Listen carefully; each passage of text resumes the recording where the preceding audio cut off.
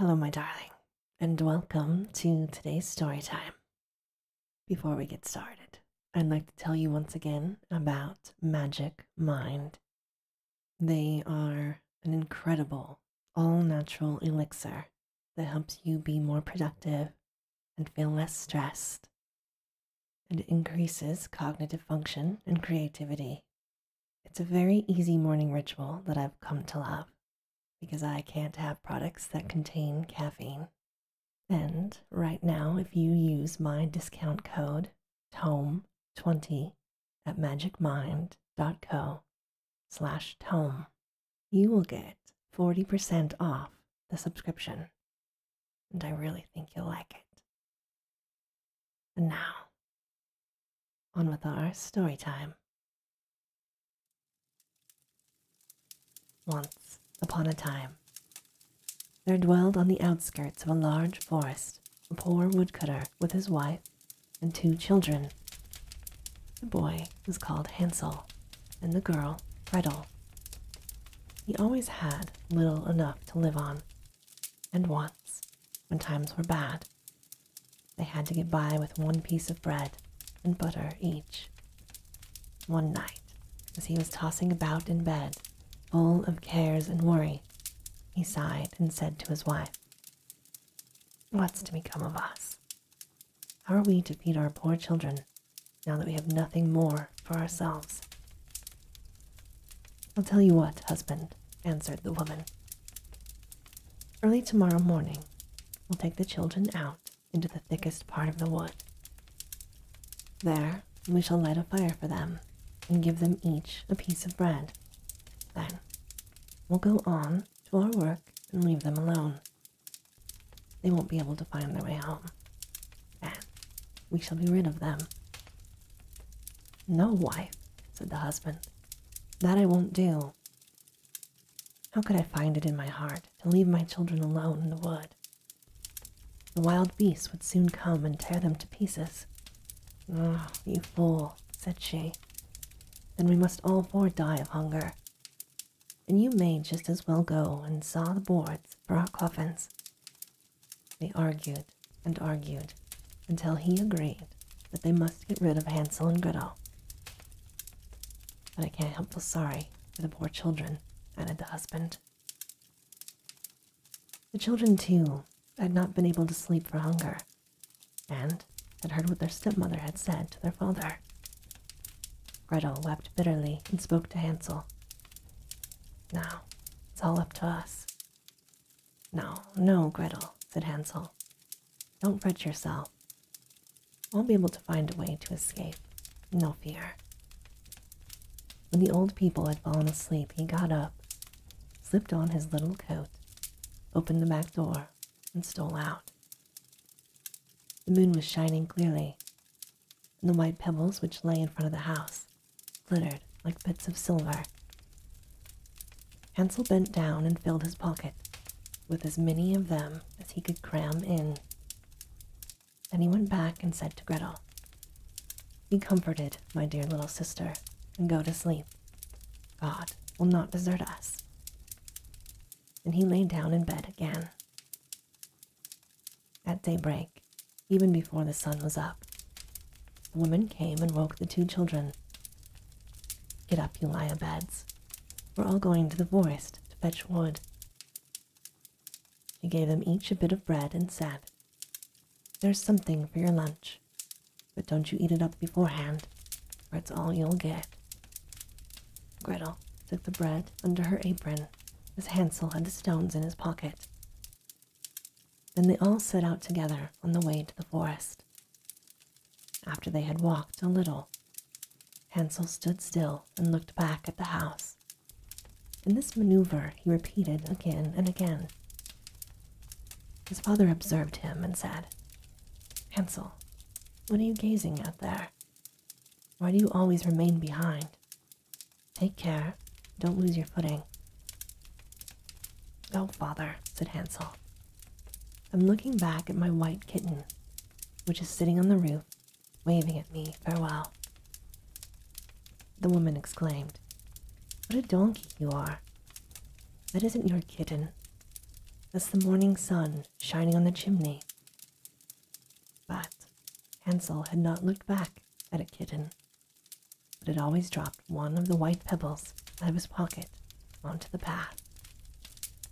When they had reached the middle of the forest, the father said, "Now, children, go and fetch a lot of wood, and I'll light a fire that you might not feel cold." Hansel and Gretel heaped up brushwood until they had made a pile nearly the size of a small hill. The brushwood was set fire to, and when the flames leaped high, the woman said, "Now lie down at the fire, children, and rest yourselves. We're going into the forest to cut down wood, and when we've finished, we'll come back and fetch you." Hansel and Gretel sat down beside the fire, and at midday ate their little bits of bread. They heard the strokes of the axe, so they thought their father was quite near. There was no axe they heard, but a bough he had tied on a dead tree, and that was being blown about by the wind. When they had sat for a long time, their eyes closed with fatigue, and they fell asleep. When they awoke at last, it was pitch dark. Gretel began to cry and said, "How are we ever to get out of this wood?" Hansel comforted her. "Wait a bit," he said, "until the moon is up, then we'll find our way, sure enough." When the moon had risen, he took his sister by the hand and followed the pebbles, which shone like new three-penny bits, and showed them the path. They walked on through the night, and at daybreak reached their father's house again. They knocked at the door, and when the woman opened it, she exclaimed, "You naughty children, what a time you slept the wood into. We thought you were never going to come back." The father rejoiced, for his conscience had reproached him for leaving his children behind by themselves. Not long afterward, there was again great dearth in the land, and the children heard their mother address their father thus in bed one night. "Everything is eaten up once more. We only have half a loaf in the house, and when that's gone, it's all up with us. The children must be gotten rid of. We'll lead them deeper into the wood this time, so they won't be able to find their way out again. There is no other way to save ourselves." The man's heart smote him heavily. He thought, surely it would be better to share the last bite with one's children. But his wife wouldn't listen to his arguments, and did nothing but scold and reproach him. If a man yields once, he's done for. And so, because he had given in the first time, he was forced to do so the second. The children were awake again, and had heard the conversation. When the old people were asleep, Hansel got up, and wanted to go out and pick up pebbles again, as he had done the first time. But the woman had barred the door, and Hansel couldn't get out. But he consoled his little sister and said, "Don't cry, Gretel, and sleep peacefully, for God is sure to help us." At early dawn, the woman came and made the children get up. They received their bit of bread, but it was even smaller than the time before.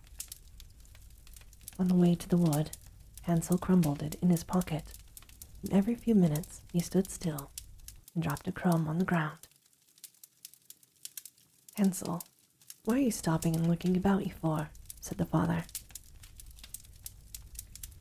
Hansel answered, "I'm looking back at my little pigeon, which is sitting on the roof, waving me farewell." "Fool," said the wife, "that isn't your pigeon. It's the morning sun glittering on the chimney." But Hansel gradually threw all his crumbs on the path. The woman led the children still deeper into the forest, farther than they had been in all of their lives before. Then a big fire was lit again, and the mother said, "Just sit down there, and if you're tired, you can sleep a bit. We're going into the forest to cut down wood, and in the evening when we're finished, we'll come back to fetch you." At midday, Gretel divided her bread with Hansel, for he had strewn his all along their path. Then they fell asleep. Evening passed away, and nobody came to the poor children. They didn't awaken until it was pitch dark, and Hansel comforted his sister by saying, "Only wait, Gretel, till the moon rises. Then we shall see the breadcrumbs I scattered along the path, and they will show us the way back to the house."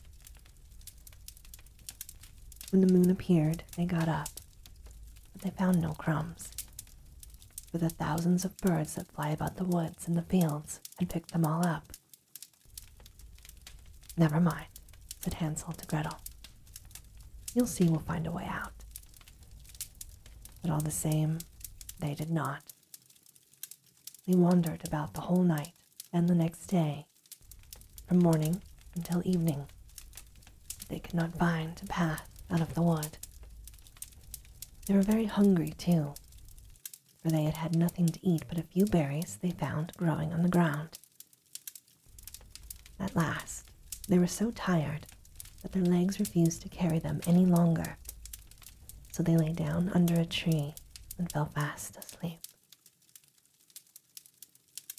On the third morning, after they had left their father's house, they set about wandering again.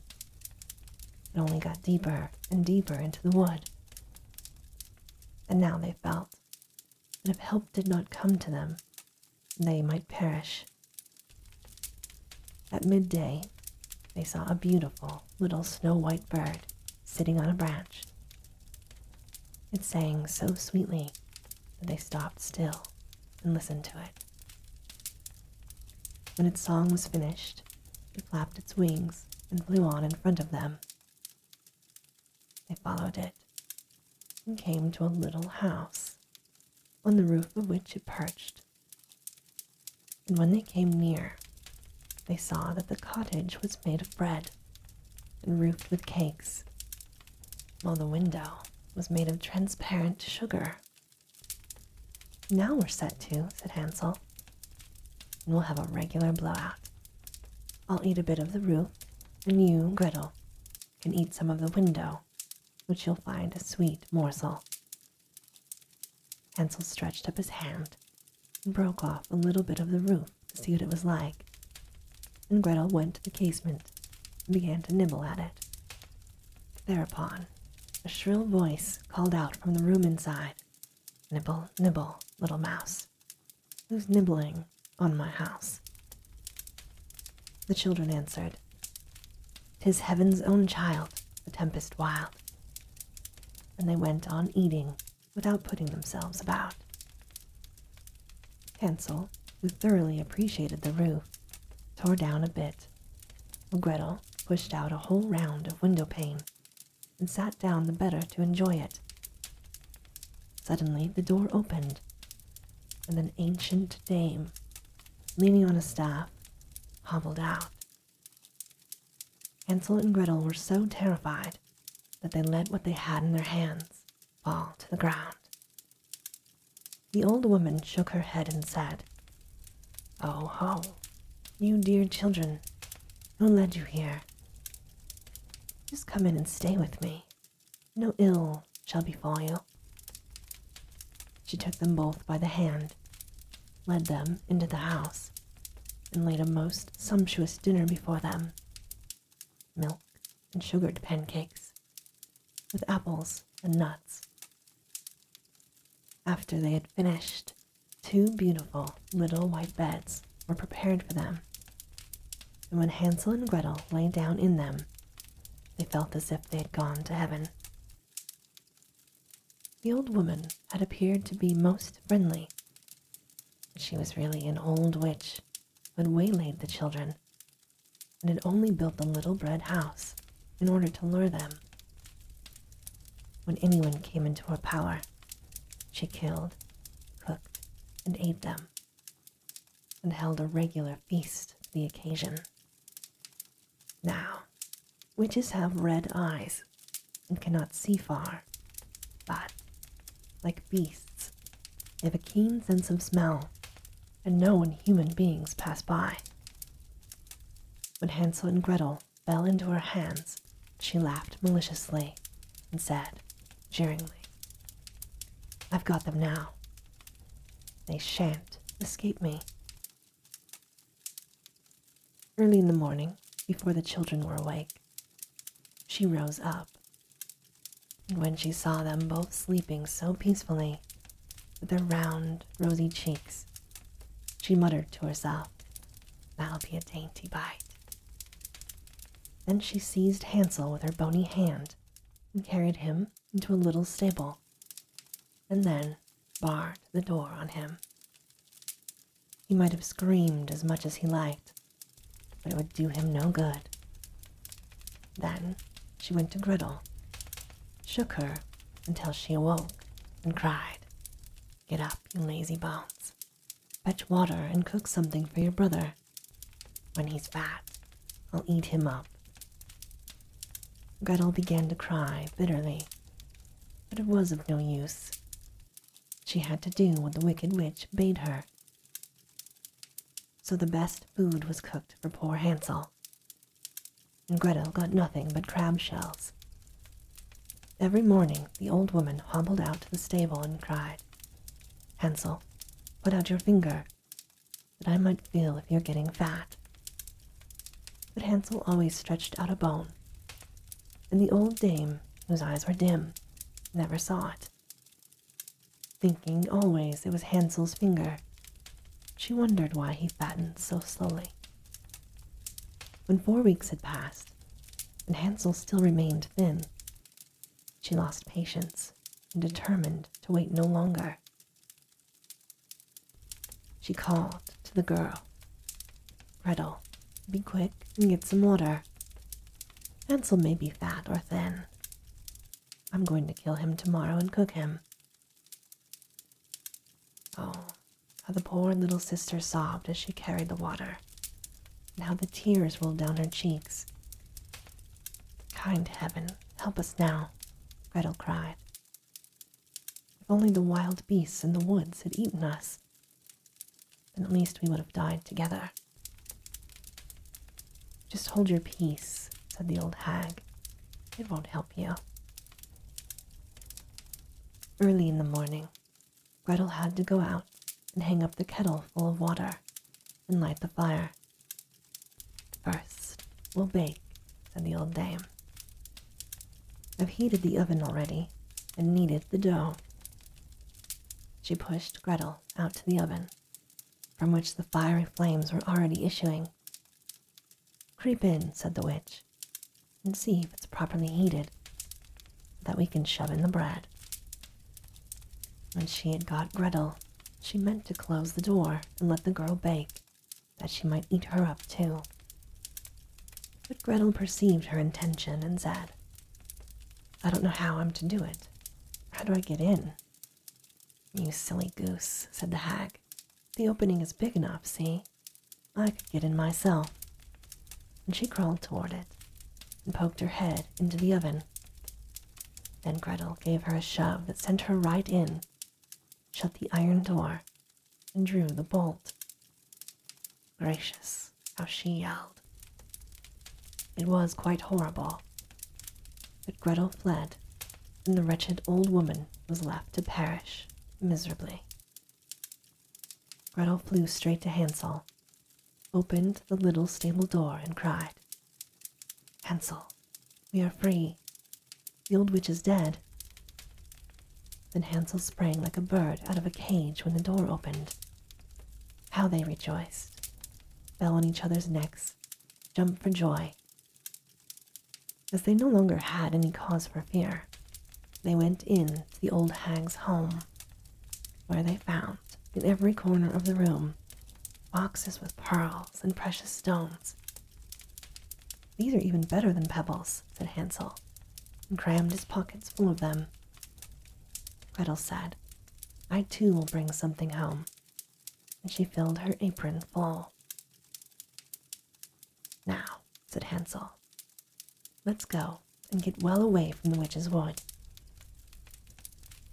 When they had wandered about for some hours, they came to a big lake. "We can't get over it," said Hansel. "I see no bridge of any sort or kind." "Yes," answered Gretel, "and there's no ferry boat either. But look, there swims a white duck. I'll ask her, and she'll help us over." So she called out, "Here are two children, mournful very, seeing neither bridge nor ferry. Take us upon your white back, and row us over. Quack, quack." The duck swam toward them, and Hansel got on her back and bade his little sister sit beside him. "No," answered Gretel. "We would be too heavy a load for this duck. She'll carry us across separately." The good duck did this, and when they were landed safely on the other side, and had gone for a while, the wood became more and more familiar to them, and at length they saw their father's house in the distance. Then they set off to run, and bounding into the room fell on their father's neck. The man had not passed a happy hour since he left them in the wood, and the woman had died. Gretel shook out her apron, and the pearls and precious stones rolled about the room, and Hansel threw down one handful after the other out of his pocket. And thus all their troubles were ended, and they lived happily ever afterwards. And this, my darling, ends our story time for today. As always, I hope that you have very sweet and creepy dreams.